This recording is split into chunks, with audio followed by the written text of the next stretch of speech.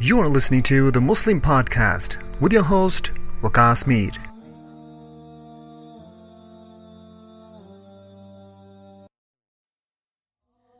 A lot of people ask me about partnerships in Islam.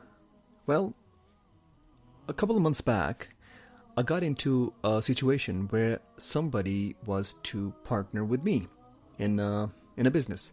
So that's when I started reading up a little bit on the ways Islam allows us to become partners with someone, in business that is.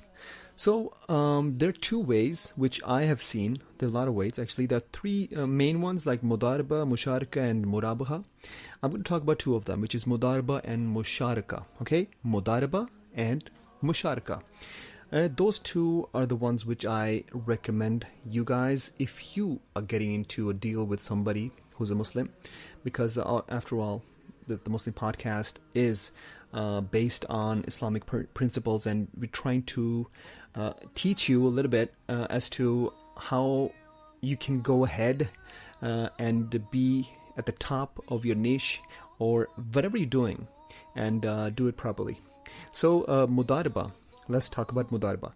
Mudaraba is when you have an investor who is called Rabul Mal and a partner, which is you, which is Mudarib. So that means there are two people involved, right? The investor is somebody who's going to be putting in the money. They're pumping the cash. And the partner, which is you come with the skills and the expertise. For example, you're very good in some kind of sales dealings and everything, and the other person only has cash, which is... I shouldn't say only, because cash is very important, isn't it? But so is expertise. So a lot of people say that, well, I'm coming up with $1 million. What are you coming up with? And the thing is that the $1 million is not going to go anywhere if the expertise is not there. So your expertise is going to be equivalent to the money that the person has put in. The best thing about Mudaraba is that the person who has invested the money, both of you are going to be sharing the profit, but both of you are not going to be sharing the loss. The loss is going to be only shared by the investor. You are only going to be sharing the profit. You get that? So if the company goes in profit, both of you share it. But if the company goes in loss, only the investor shares it. All right? Number two, Musharaka. Those of you who know Urdu, a lot of the same things in Arabic as well.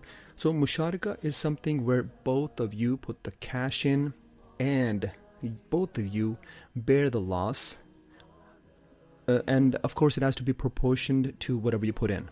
All right, so if, for example, if you put in 60% and the other guy puts in 40%, then the loss has to be shared according to the percentage.